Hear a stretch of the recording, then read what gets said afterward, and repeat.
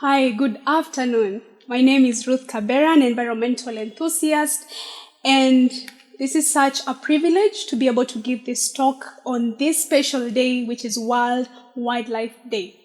It is a very special day because we get to celebrate wildlife in Africa, in Kenya, in all places where there's wildlife. And most importantly, we get to create awareness amongst populations and sensitize people of the importance of taking care and conserving the wildlife. They play such an important role, not only economically speaking, but also environmentally and socially speaking. And this is one of the things we're going to touch today, the 3 pillars of sustainable development, because I think all our efforts right now, all our environmental efforts are gearing towards attaining sustainable development. And sustainable development, essentially, in simple terms, I don't like the long definition they tend to give. I hate it, honestly. But in small terms, sustainable development just means that the resources you have right now are able to sustain you, but also able to sustain the future generations that come after you. It's very important to have that in our minds. And unfortunately, we've had a lot of technical problems. I would have really wished to have some projection here so that I'm able to demonstrate and refer to graphs and things that I'm going to show. I'm going to refer to. But unfortunately, the technical issues have not allowed us. But nevertheless, we move on, right? So my topic today is going to touch on profit, planet, and people. Now, this, you probably have heard about this somewhere. And in simple terms, it's just an informal name of the 3 pillars of sustainable development, which are the social pillar, the economic pillar, and the environmental pillar, okay? So I'm going to touch on this a little bit different than what you're used to maybe, and I'm going also to use numbers. I like numbers because I think numbers state clearly where we are at. Today morning, I was watching something on TV about the celebrating World Wildlife Day, and the Director General of Kenya Wildlife Service, he talked about the numbers, where we are at when it comes to wildlife. And one of the things he stated is that last year in 2020, there was no rhino that was poached. Elephants that were poached were about 13. That is a complete difference from what happened in 2019, where we had, I think, 300 and something, correct me if I'm wrong. And it says, numbers say a lot. They show the gravity of the issue and where we are at, right? So I'll get right into it, okay? So profit, people, and planet. Is there a balance? And I'm going to touch on one of the most important ecosystems in Africa. We have 2 very important ecosystems that I'm going to touch on. Of course, there are many more in Africa, but I'm going to touch on the Congo Basin and the Congo Rainforest. The Congo Basin, which encompasses a lot of other ecosystems, including swamps, including the rainforest, including the Congo River. And we are going to talk about these ecosystems in terms of profit, right? We want to understand the problem that exists within this ecosystem. And when it comes to profit, how do we balance the two? Because remember, we're trying to make money, right? Everybody's trying to make money out here. We're all hustling. But then how are we going to balance the economic pillar, the profit, called also the profit pillar, and the environment? How do we ensure that one is not achieved at the expense of another? There is no trade-off, all right? So I'm going to speak about the Congo Rainforest. I'm going to start with the Congo Rainforest, all right? And I'm going to give you a bit of facts here and there.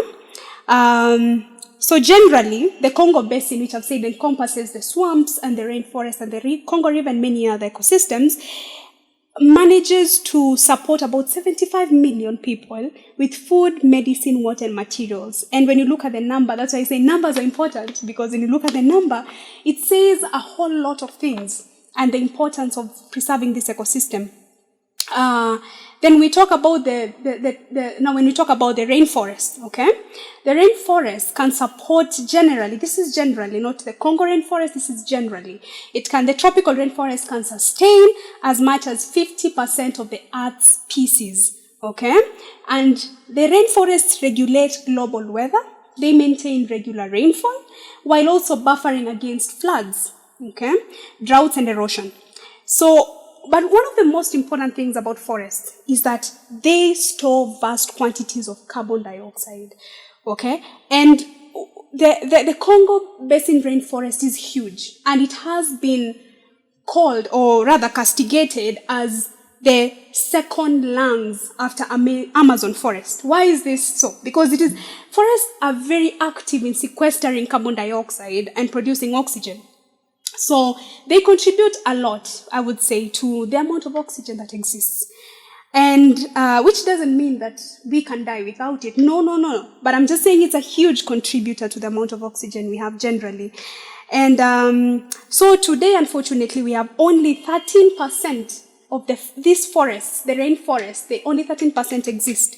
And the popular one is the Amazon, the one in Indonesia, and the Congo Rainforest. Those are the three main rainforests that exist, and they cover about only 13%. That says a lot. Now, the rainforest also has an abundance of flora and fauna. Scientists have estimated about 10,000 species of tropical plants are found, and 30% of these are endemic. What do I mean by endemic? I mean that these are species that have originated from that particular ecosystem. And this is a whole 30%. That is huge. That's why I say numbers are important. I'm going to give you a lot of statistics here and there, so don't get bored. Also, there are about 45 mammal species, 200 species of amphibians, 300 species of reptiles, and about 1,000 species of birds. This is a rich ecosystem, in short. Essentially, it's a rich ecosystem, which is why preservation is very important. Now, unfortunately, the rainforest experiences quite a number of threats, but I'm only going to talk about two. And one of them is deforestation. Deforestation is cutting down of trees.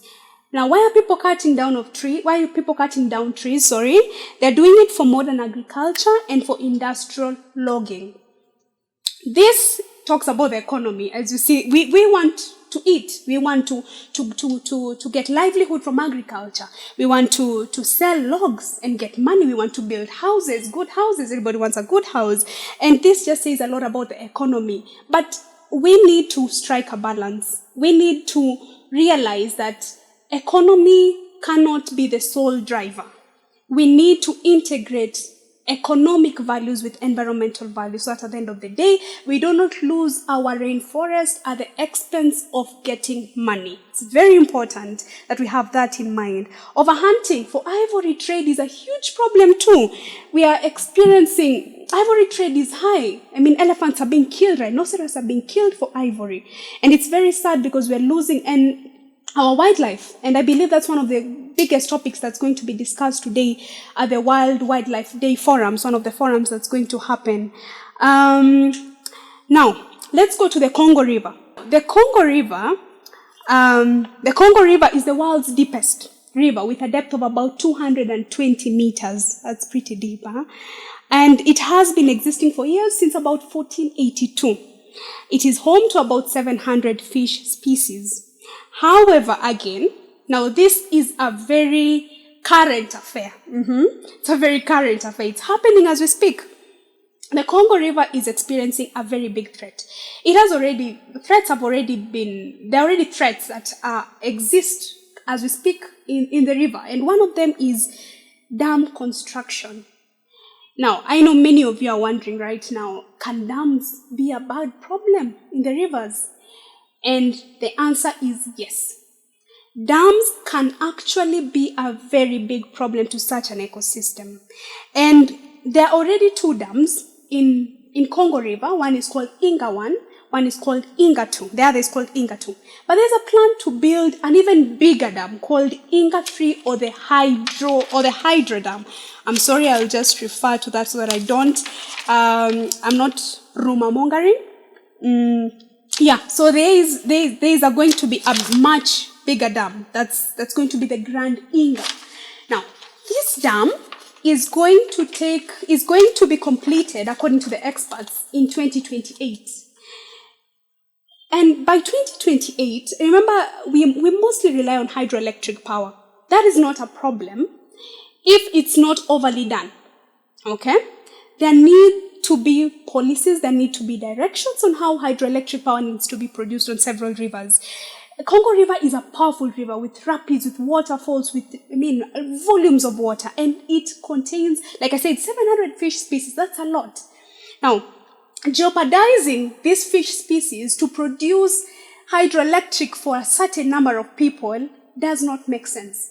However, the ones who are concerned with this claim that when the Grand Inga is constructed, it will be able to, it has the capability of providing electricity to almost the entire Africa, right? The whole of Africa, right? They specifically say sub-Saharan Africa, but with the potential also, if done even better, of providing electricity for the whole of Africa. Now, this is a really good deal. South Africa, which is involved, which is spearheading everything, is constantly runs out of electricity. So it's a really good deal, especially for them and Congo. However, with the two dams that have already been constructed, according to International Rivers, which is an NGO that works with rivers around the world, it's an international NGO, 84% of Congolese people still lack access to electricity, despite the two dams having been built. So my question is, what is going to be so different with the third dam, unless we have a shift in our thinking? We have a shift in our thinking, rather. And by like I said, the dam will probably be done by 2028, by which time the prices of renewable sources of electricity will have dropped even further. Remember, right now we have the excuse of saying, solar energy is too expensive, wind energy is too expensive, we can't just do it, only the developed countries can do it, and we as developing countries can't. But I beg to differ, especially when it comes to this planned dam. If by 2028 the prices will have dropped significantly, then what is the need of building the dam right now? If they are able to afford the dam in the years to come, by 2028, after 2028, why then do we need to build this big dam right now? Why don't we just go cleaner? Now, why I'm asking this question is because of the impacts of dams. Many do not know, and that is why I'm saying information dissemination is very important. And I got this information when I had the opportunity to work with an international environmental NGO called World Fish Migration Foundation in Spain. And it opened up my mind so much, because I got to realize that we are not doing enough. We are actually jeopardizing our rivers intentionally, because information is out there. There are ways that we can ensure that our rivers are not jeopardized, that fish species are not affected. And like I said, the problems that are associated with dam construction on rivers, especially one is Congo River, that's so powerful, I'm going to only give three main problems. One of them is displacement of people. A case study of China, please, if you have the time, kindly go and read more about the China Three Gorges Dam, the biggest hydroelectric power plant in the world. Okay, go and read more about it. It will really enlighten you. It will really enlighten you. Now, when China's Three Gorges Dam was constructed, it displaced about 1.2 million people. Now, that is just displacement of people. You are actually moving people from their ancestral lands, moving them away to create this dam. Okay, that is 1.2 million people, not a small feat. The second one is that fish depend on natural free-flowing rivers. Rivers are meant to be as they were created by God. That is what I believe. We should not impede them in any way. We should not have weirs. We should not have sluices. We should not have culverts. We should not have dams. All this impedes the flow of water, yet fish really depend on a good flow of water.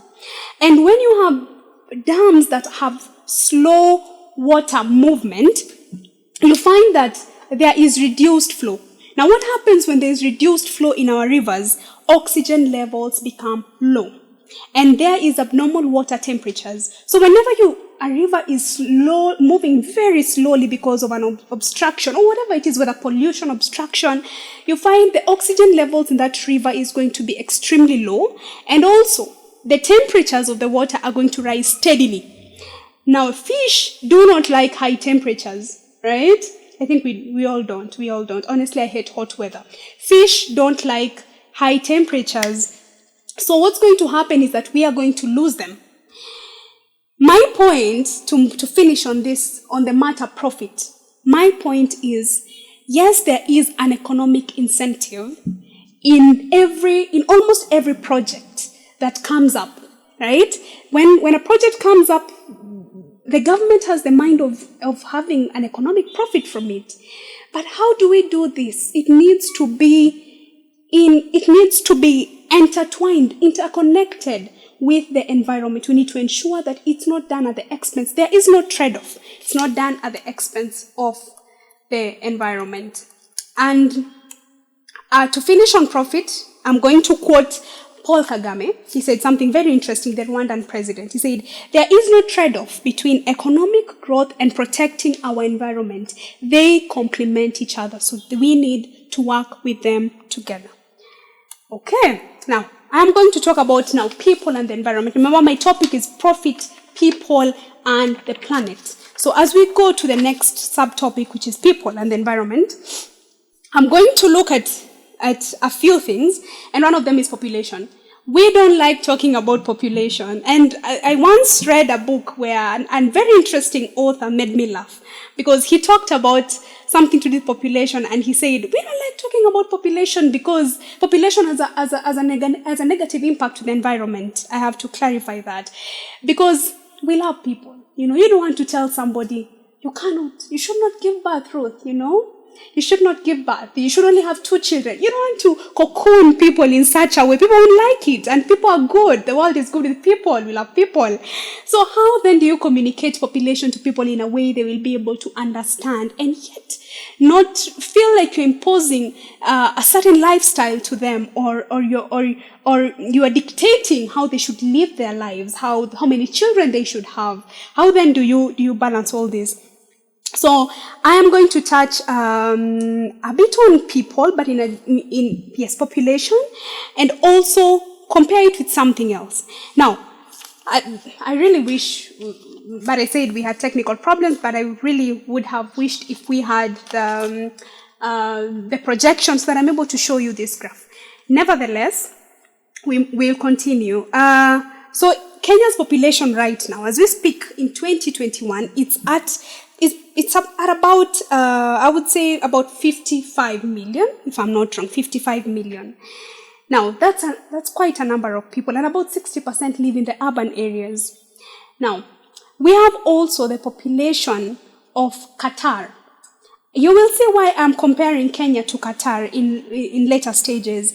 Qatar's population right now is supposedly about 2.6 million. Right? About 2.6 million. That is Qatar's population. Now, I want you to picture this. We are 55 million, and Qatar is 2.6 million. Okay. Now, we want to talk about something. Is it that there's a problem with population, or why? I will later show you the difference, but my question is it a problem with population? Or are we just too many, or do we just consume too much? Okay? And why I'm saying this is because of the ecological footprint. There's something called ecological footprint, and for those who are not familiar with the names, it essentially means this is the demand, the consumption we have on natural resources vis-a-vis the biocapacity of the environment, right? The biocapacity is the capacity of the environment to regenerate its natural resources. Now, how much are we consuming compared to the amount that the environment is able to regenerate? Keep this in mind, okay? That is what we call the ecological footprint. Now, in the ecological footprint of countries in 2014, this is where I'm trying to drive my point, Qatar was the highest in terms of global hectares per person. Now, this was the demand they were placing on the environment over a span of time. And Qatar had the highest. Eritrea, on the other hand, had the lowest. Now, Kenya is somewhere at the bottom. It's almost all African countries actually are categorized in the bottom part, and Europe and North America and Asian countries actually on the topmost part. Now, like we said, remember we said Qatar has about 2.6 million people as we speak, and Kenya has about 55 million. Now, is it a matter of population or is it their ecological footprint? Because Qatar has the highest ecological footprint despite having a population of 2.6 million. Kenya has one of the lowest despite having a population of 55 million. So what's going on here? Now, I will shortly just try to enumerate further about that. You see, it means Qatar have a very high, Qatar and all the rest of the countries that are the topmost, have a very high consumption patterns. They're consuming a bit too much. And this is because of their affluence. They get good money. I mean, they have very high income. They live well. So they end up using a lot of environmental resources and generating waste. It's important to realize that as you consume, you're probably also generating even more. The more the consumption, the more the generation of waste. The least the consumption, the less the generation of waste. So Qatar is consuming a lot of resources. Their consumption patterns is high. So you find that their ecological footprint is felt. Okay? So I am talking about this because we are talking about people and the environment. So my question is it about people or is it that these people, it doesn't matter whether the population is high or low, just consume a bit too much? Do we then need to reduce our consumption patterns? Do we need to reduce the amount of meat we eat? Do we need to reduce the amount of vegetables we eat, so that we reduce the impact we have on the environment? I'm being told my time is almost up, so I will rush through things. And I'm going to ask you to pose a question to you, which is rhetorical. So please think about it and answer this to yourself. So what is your ecological footprint? What is your demand on natural resources and its ability to regenerate? And how many planets does it take to support your lifestyle? Right? If you're a rich guy, how many planets will it take to support that kind of lifestyle you're living? Today I was listening to somebody who was saying, from UNEP, who was talking about plastic bags. And it takes, for one plastic bag, it takes an amount of 50 liters to produce one plastic bag. Can you imagine that? So if the plastic, assuming we hadn't banned plastic bags in Kenya, and we were still using it, I presume each of us used about 3 plastic bags a day. Right? That's about 150 liters you've wasted. Think about that. So does your planet, how many planets does it take to support your lifestyle? Now, finally, I'm going to talk about the planet itself, because you said there are 3 pillars: profit, people, and planet. So with a planet is generally just the environment around us. There are challenges we are facing in the environment. And one of the biggest challenges right now as we speak is climate change. It's a huge problem globally. And unfortunately, climate change is going to be felt even more in developing continents and countries like Africa than in the developed countries, because they have innovations, they have ways to survive. We don't have the money to purchase such innovations, and I think that's why it's high time to invest. It's high time to invest in these innovations, because time is going to come when we need them. It's going to be pertinent that we have them. And another challenge is biodiversity loss and species extinction. We are losing animals. We are losing plants. We're losing even bees due to climate change. I'm not sure if you're aware, but we are losing certain species of bees that are involved in pollination due to climate change. Another problem is pollution. And I think that's one of the biggest problems we have in Africa. Africa has a big problem with pollution, and I feel very nice when I speak about Rwanda and talk about how Rwanda has made steps to ensure that pollution is curbed, that they are able to keep their streets clean, their rivers clean. It's a huge step which should challenge us as Kenyans and the rest of Africa and everybody else who's watching. Then we have habitat loss and degradation, and finally overpopulation. So planet is also a pillar. So as I finish, we have several recommendations which I will not read all of them because there are too many. I don't want you to get bored. But I'm going to summarize them into one point, that because all this actually involves stakeholder participation. Each of these points more or less involves stakeholder participation. We need to involve the stakeholders. There can be no decision making. It's not right to make policies and decisions if you have not involved the general public. And that's a problem we are really having here in Kenya. We have a problem of using a top-down approach where you start with those up there and then you finally finish with the people. Oh, so what do you want? Ask them. So what do you think about this? When you are done with everything, it cannot work that way. Then you expect the people to be part of the change. It's impossible. The people need to be at the epicenter of everything. Remember, sustainable development is at the epicenter, and all these other pillars come into play. So involving people is very important because you get to understand their ideas. What do they think about things? Do they have other types of knowledge we can inculcate into this? If we want to invest in indigenous environmental knowledge, for example, there are people we can get that from. We have all the people who we can get that from. This is very important. Involving people. Involve the public, the general citizen at the grassroots levels. Do not ignore them. Very important. And finally, as I finish, I am going to finish with a quote from the famous Wangari Maathai, who stated that you cannot protect the environment. The late Wangari Maathai, who stated that you cannot protect the environment unless you empower people, you inform them, and you help them understand that these resources are their own, that they must protect them. I shall repeat. You cannot protect the environment unless you empower people. You inform them and you help them understand that these resources are their own, that they must protect them. Thank you very much, and thank you so much for listening. I hope you enjoyed it.